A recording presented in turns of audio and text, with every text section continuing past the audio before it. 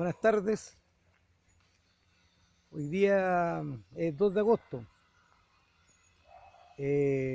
Hago este video para poder terminar la historia oculta de Caleta Sudamericana de Valparaíso. La historia oculta. Mi nombre es Luis Quijada. Estamos aquí en la parte alta de Playa Ancha con Laguna Verde. Estamos en un límite. En realidad nosotros somos de Laguna Verde. Estamos en Fonasa 5. Y hago este video después de muchos meses en donde no había podido terminar el anterior video, no había podido terminar, digamos, el video final de la historia oculta de Caleta Sudamericana. El motivo de la demora, yo anteriormente, para los que quieran informarse de Caleta Sudamericana, está la historia oculta de Caleta Sudamericana, parte 1, 2, 3, en el canal de Ingrid Fuentes. Ahí yo detallo con precisión qué es lo que le pasó a Caleta Sudamericana. Para antecedentes generales, Caleta Sudamericana fue una caleta que fue radicada en el año 2013 del centro del borde costero. En el año 2013, en agosto, fue radicada con razón de el tema de la expansión portuaria para lo que hoy día es el Terminal 2, que en ese minuto fue adjudicada al grupo OHL y que hoy día el grupo OHL abandonó el proyecto y se lo adjudicó o lo vendió por una cantidad de 2.700 millones de euros a un consorcio australiano. Pero sin embargo, está el tema del Terminal 2, que es importante, que está en desarrollo, ¿ok? Desde la época en que se erradicó a Caleta Sudamericana, año 2013. En los videos, las tres partes de los primeros videos, para los que quieran remitirse a la información original que está contenida ahí, yo explico, digamos, que Caleta Sudamericana es una caleta que sale del centro borde costero con corrupción de empresa Puerto Valparaíso. Con corrupción, es decir, a los pescadores, desde el año final del año 2004, yo explico en los videos, el año 2005, de ahí en adelante los pescadores, producto de mi gestión con Carlos Arao, yo eso lo explico largamente, nosotros iniciamos una mesa de trabajo en donde acreditamos la necesidad de que esa caleta fuese abierta, digamos. ¿Por qué? Porque Puerto de manera unilateral la cerró. Eso la cerró, ellos la cerraron cuando se inicia el proceso modernizador. Eso lo explico largamente en los videos anteriores. Entonces, ¿qué hace Puerto cuando se aplica el proceso de la modernización del sistema portuario estatal en el año 1998? Lo que hace Puerto, cierra la caleta y deja ahí a Caleta Sudamericana, que, para que se hagan una idea, para poder llegar, digamos, al punto, era la caleta más productiva del paraíso, mucho más, 4 veces más productiva que Membrillo, 3 veces más productiva que Portal. O sea, una caleta realmente potente, dado el tema del frente de ataque que tenía, porque estaban al lado oriente del Espigón. Ellos tenían muy buenas condiciones. Además, en esa caleta, a diferencia de las otras caletas que hay ahora, que están más dedicadas al tema gastronómico, era una caleta que pescaba ellos registraban más de 5 recursos potentes, entre ellos la albacora, el tiburón, la jaiba, todo tipo de molusco, bla, bla, bla, jurel, etcétera. Entonces, este video está hecho por cuanto hoy día está en discusión el tema de qué es lo que ocurre en el sector del Barón. ¿Qué es lo que está pasando en el sector del Barón? Que hay un acuerdo del alcalde Char con el intendente en donde se inicia un proceso ciudadano para poder, digamos, desarrollar propuestas, digamos, en ocupación de los paños de terreno que se le habían asignado al Mall Vespucio, que eso fue hecho con corrupción. Y que esta corrupción, digamos, que detectaron los tribunales, es algo que yo también he mencionado en estos videos. O sea, la corrupción acá es total, porque dentro de lo que yo planteo, de lo que es la historia de Caleta Sudamericana, en el año 96, 97, desarrolló un estudio para relocalización de Caleta Sudamericana, un estudio que licitó Empresa Puerto Valparaíso, desde la mesa de trabajo que tenía el mandato del expresidente Lago. Entonces ellos licitan un estudio para relocalizar la caleta. Eso lo explico largamente en los videos anteriores, para los que estén, digamos, estén ocupados en el tema de la historia. Entonces, el lugar que obtuvo la mayor rentabilidad social fue el sector del Barón. Entonces, cuando Harald Jager supo de que el sector del Barón era el que tenía mayor rentabilidad social para los pescadores de caleta sudamericana, inmediatamente aportó la mesa de trabajo y metió un negociador. Eso también lo explico. Metió un negociador, ese negociador terminó mal y, y Empresa Puerto Valparaíso, por lo tanto, ellos desde el primer momento, cuando supieron que los pescadores se iban a colocar en el varón, ellos digamos, conspiraron contra esa posibilidad. Entonces, cuando llegó el momento, estamos hablando de años de, para que se pongan en una escala de tiempo, estamos hablando que este proceso se inicia a finales de 2004 y la negociación se hizo en el año 2013, es decir, pasaron por, fueron realmente casi 8 años, 9 años, digamos, donde los pescadores estuvieron sometidos a todo tipo de presiones y realmente nosotros el trabajo que hicimos ahí con mucha gente, en realidad no fue fructífero. Y queda una deuda siento que hay una deuda con los pescadores en términos de poder terminar bien, de haber terminado bien, digamos, esto que se inició en el año 2004. Y que realmente, digamos, fue un proceso en donde hubo una cantidad tremenda de tradiciones que además estaban movilizadas por el vil dinero. Ahí yo explico en los videos que aquí hay un personaje clave que es Francisco Caro Fres. Francisco Caro Fres, digamos, corrompió todo lo que se hizo en un principio, que era conseguirle a los pescadores un lugar de trabajo. Hoy día, con la erradicación que se le hizo en el año 2013, los fueron a votar a Quintero, los fueron a votar a Laguna Verde y ahí están, pues ahí quedaron. Más encima, la mayoría se fue a Quintero, entonces Quintero es una zona saturada con contaminación, producto que ahí hay decisión política de sacar a la gente de ahí porque van a instalar la materia energética. Entonces, eh, Francisco Caro Fres lo que hizo fue usar su información para poder bajar coima. Bajó coima a través de los contratos, del contrato del Sindicato de Pescadores Sudamericana. Ahí yo explico en los videos anteriores y para los que quieran, digamos, tener más información del tema, ahí lo que pasó fue que Francisco Caro, eh, el dirigente Urrutia,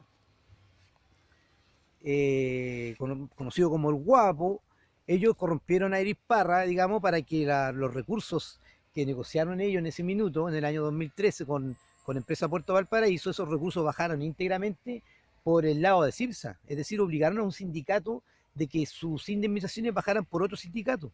Entonces eso era para tener control de lo que eran las coimas, porque si se revisan los contratos, eso está todo ahí especificado. Hay 300 millones de pesos que se le cargan a Francisco Caro, de los cuales él percibe 120 millones de pesos, más 170 millones de pesos que se le paga a Empresa Chile Futuro, para que, específicamente a Sergio Antonioli, para que él permitiera, digamos, que los pescadores, digamos, puedan cobrar sus indemnizaciones, por cuanto ellos fueron la primera asesoría de los pescadores, digamos, que es un grupo económico poderoso que nosotros desde la mesa de trabajo, digamos, recomendamos y trabajamos para que pudiesen asesorar a los pescadores. Y ellos lograron, por ejemplo, lo que es Empresa Chile Futuro, constituida por el empresario Francisco Tres Palacios y Sergio Antonioli, ellos lograron dimensionar que el daño al pescador era 27 mil millones de pesos. Por lo tanto, cuando llegó el momento final, y como Empresa Chile Futuro, el asesor de los pescadores, lo que hizo Francisco Caro fue traicionar, digamos, ese contrato y desarrollar otro contrato con la abogada Ingrid Badberger, en donde a esa abogada se le paga una tremenda cantidad de plata por hacer un contrato que haga caer otro contrato. Ahí hubo mucha plata, mucha plata. Se le pagó una cantidad de 70 millones de pesos, 80 millones de pesos por 3, 4 papeles. Entonces, quien se prestó para hacer todo ese engranaje de corrupción fue Francisco Caro Fres, que eso lo hizo con Gonzalo Davanino, con el abogado Peña, y eso está explicado en los videos anteriores. Entonces ellos, que finalmente lo que hacen, que negocian condiciones miserables para los pescadores y no resolviéndole su principal tema, que era para lo cual habíamos trabajado, que era para que ellos se volvieran a instalar en el sector, en el borde costero de Valparaíso. Entonces, en ese borde costero, el mejor lugar, el que obtuvo la mayor rentabilidad social, fue el Varón, entre varios otros como Punta Gruesa, que casi llegando al norte Portales, Roca la Baja, al sur del Membrillo.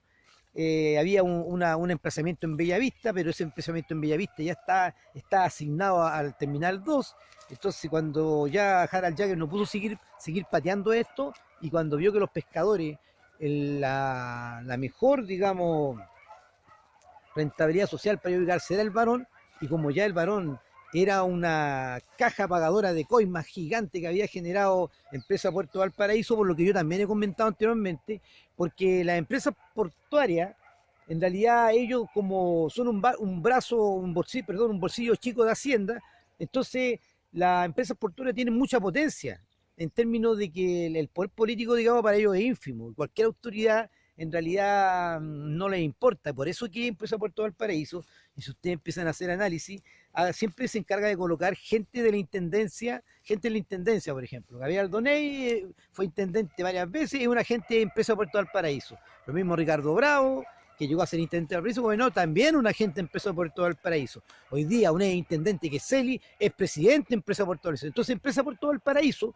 como ellos tienen contacto directo con Hacienda, tienen mucho poder político. Entonces lo que desarrolló en esa época fue que como tienen poder político, y el poder político en realidad es débil ante sus propuestas de negocio, y como ellos son los que tienen supuestamente lo que están administrando el borde costero, entonces desarrollaron todo un sistema para poder generar cajas pagadoras de favores políticos, y por eso que se les cayó todo, por eso que el Terminal 2 todavía no se concreta. Imagínense, le hicieron daño a una caleta que era la más productiva del paraíso, le hicieron daño a mucha gente, corrompieron, usaron a Francisco Caro Fres como operador corrupto que se encargó de pagar un sistema de coimas.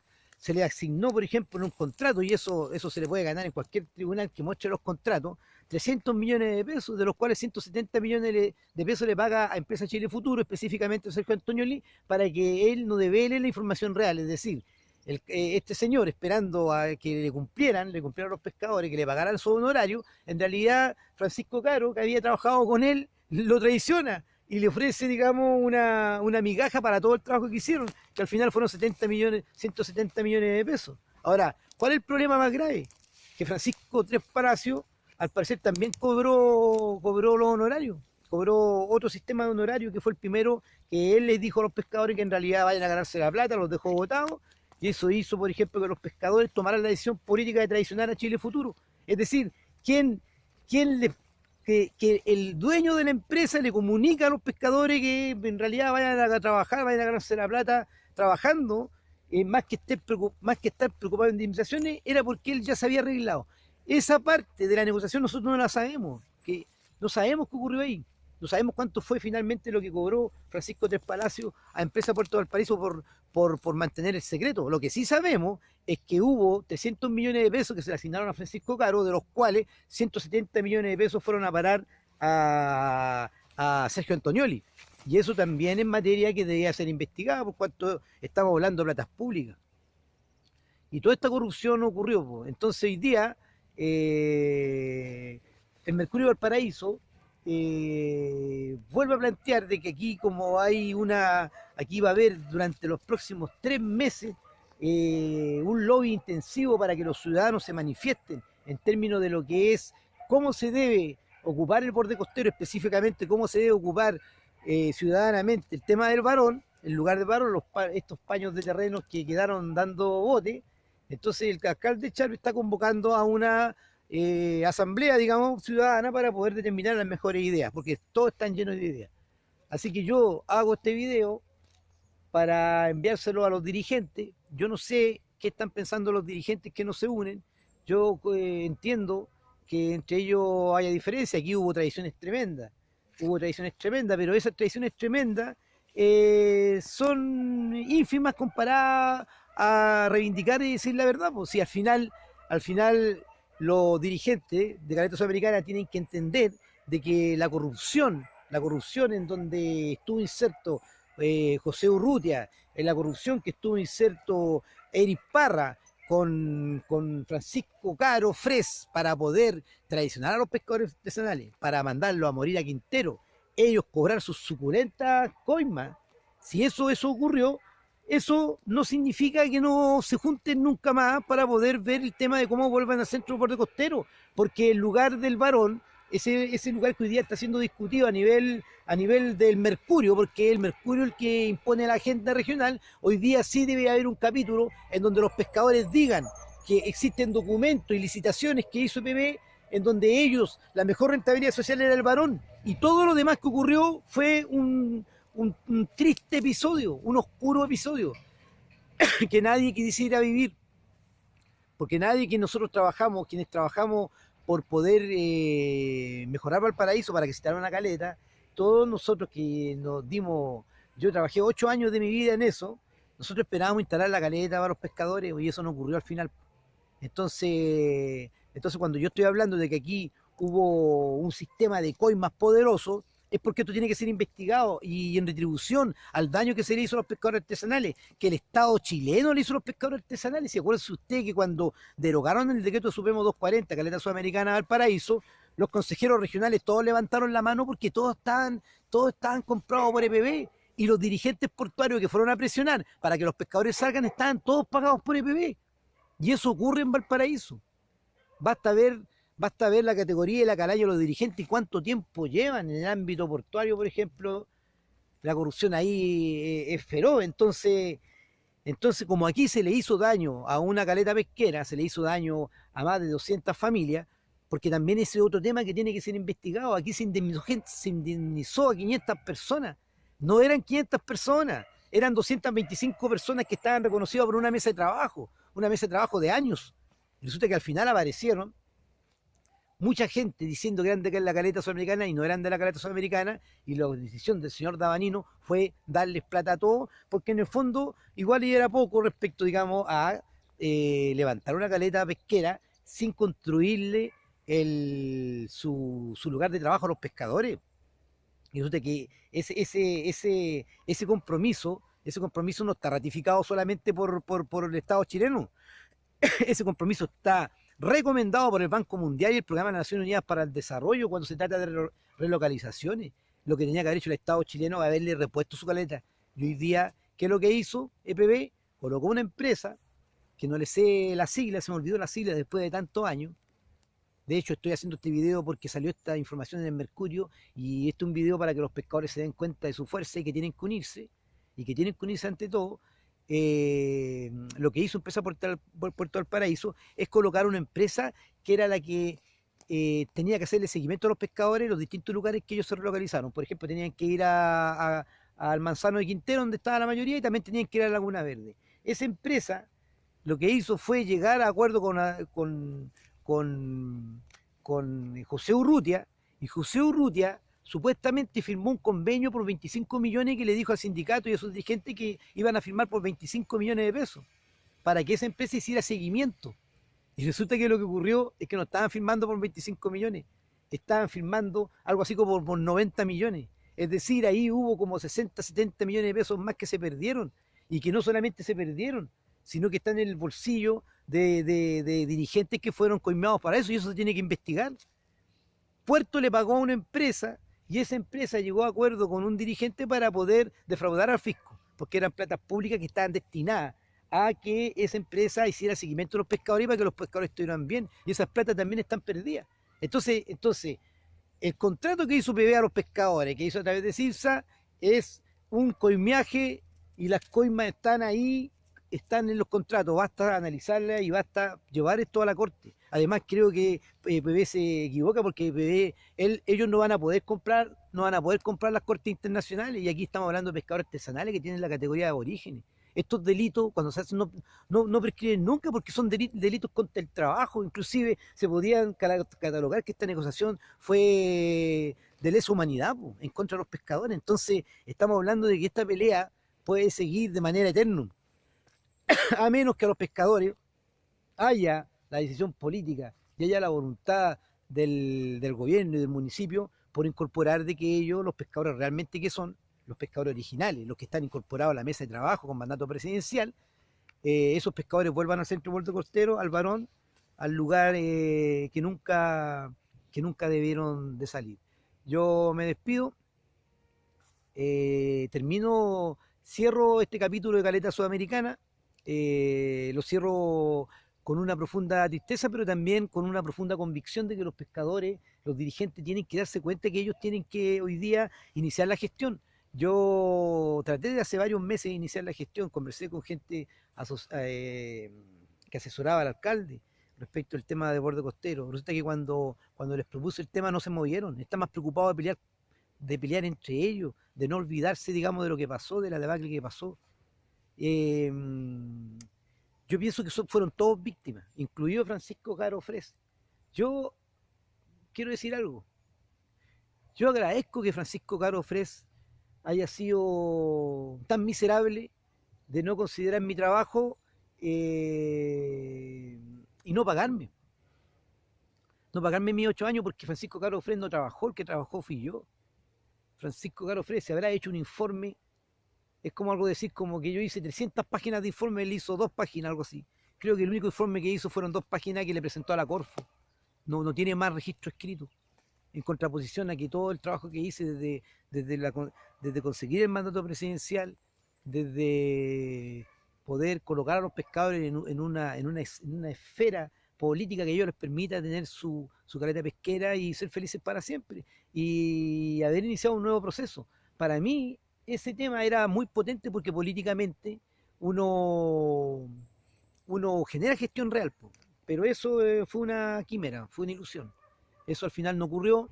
Lo que pasó fue que Francisco Caro Fres se corrompió, se llevó una cantidad de plata que no se la merecía por destruir a los pescadores, y creo que ahora está haciendo lo mismo con los pescadores de Iquique. O sea, el Estado chileno lo está contratando por destruir la pesca artesanal. Así que cierro este capítulo, me siento tranquilo, agradezco a todos por haber escuchado esta saga, y también agradezco, digamos, a Francisco Caro Fres por no haberme pagado, porque si me hubiese pagado un peso, si me hubiese pagado un peso, yo hoy día no tendría, digamos, la capacidad moral de hacer una denuncia. Y eso lo hago porque tengo mis manos limpias, porque no recibí ningún peso de ese proceso. Al contrario, lo que recibí fue mucho cariño de mucha gente, de muchos pescadores, de mucha gente que valora el trabajo. Inclusive hay algunos menos también que no lo valoran, dicen que yo metí las manos, que yo robé. Me gustaría que lo probaran. Yo con este video estoy liberando una posición respecto a someter a juicio de la opinión pública lo que está pasando, lo que pasa en Chile, lo que le pasó a estos pescadores. Vengo diciendo hace mucho tiempo que los pescadores no están cometiendo errores. Ellos, para poder reivindicar, no pueden reivindicar sobre la base de la coyuntura, tienen que reivindicar sobre la base del daño que le ha hecho el Estado chileno a través de todo este tiempo que a mí me ha tocado, digamos, participar en el gobierno. Voy a tener que hacer un video aparte, eso sí, para demostrar, digamos, de cómo lo han dañado. Pero particularmente el caso Caleta Sudamericana es un caso emblemático, porque uno piensa que nunca en estos tiempos puede quedar tan impune una aberración tan grande como fue lo que le hicieron a esos pescadores, que inclusive le hicieron cobrar sus chequecitos entre 12 y 5 de la mañana, en la oscuridad. Eso es lo que hizo Puerto, hacerles cobrar sus chequecitos en la oscuridad, chequecitos que eran producto de una estafa que hizo el señor Francisco Caro Fres con el señor Davanino. Francisco Tres Palacios se prestó para la estafa, se quedó callado, negoció antes, nadie sabe cuánta plata le pagaron a Francisco Tres Palacios.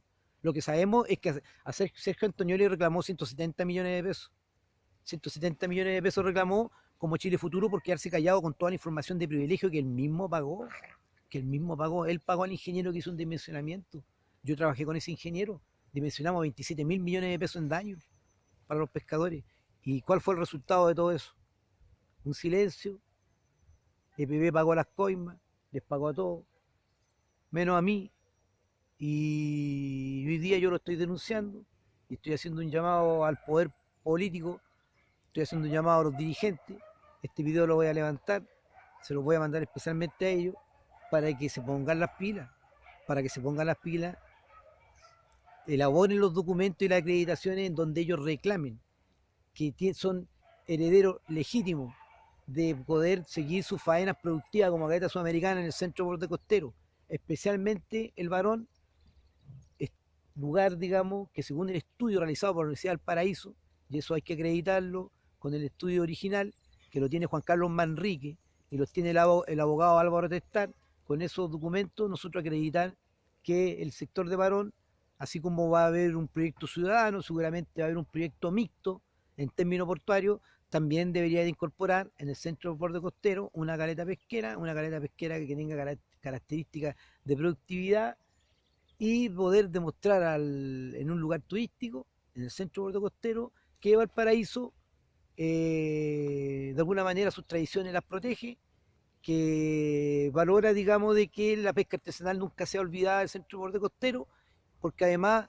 a todos los porteños nos va a servir porque eso va a abaratar va a abaratar los costos de lo que es comprar el recurso pesquero es caro, entonces nosotros teniendo una caleta nuevamente en el centro del borde costero los recursos se van a abaratar, así que me despido, termino esta saga y estoy muy contento de empezar nuevamente a hacer estos videos para que todos ustedes, mi gente, estén informados.